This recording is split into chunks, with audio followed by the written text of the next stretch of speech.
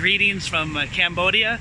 Just want to take a minute as I was chatting with my son Matthew this morning. Matthew has been a missionary in Mexico for many years, and he's now living in the United States with his family, and kind of a season of transition for him, as it has been for almost everyone in my family in 2019 and now 2020.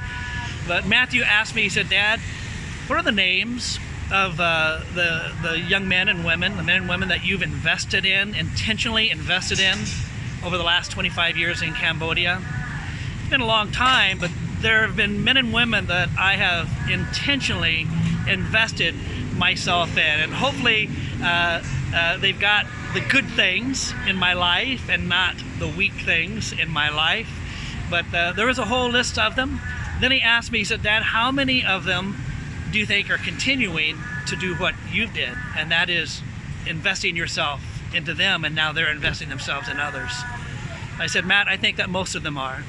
I just had the opportunity to meet with 3 of them here at the coffee shop. I just had a wonderful conversation with them. And so if I want to leave just one thought with you for 2020, I've got a lesson called the seasons of life, the different seasons of life that we go through, where God does different things in our life from time to time through the seasons of our life.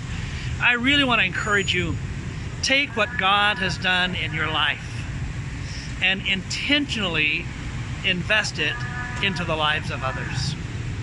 Intentionally we call this making disciples. This is the biblical term that we use for it. Realize that wherever you're at in your life now, you may be struggling in some areas, you may be in great victory in some areas. You may have experienced some really great things in your life. You may have experienced some really difficult, terrible things in your life.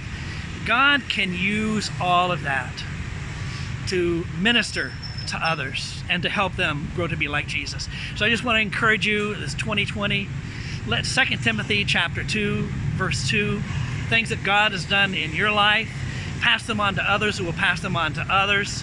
This is how the world is going to be changed. I'm not a big crusade guy. I'm not a big event guy. I'm a small group guy. Change the world 1, 2, 3, or 4 people at a time. And so take what God has done in you and intentionally, consistently invest it with others.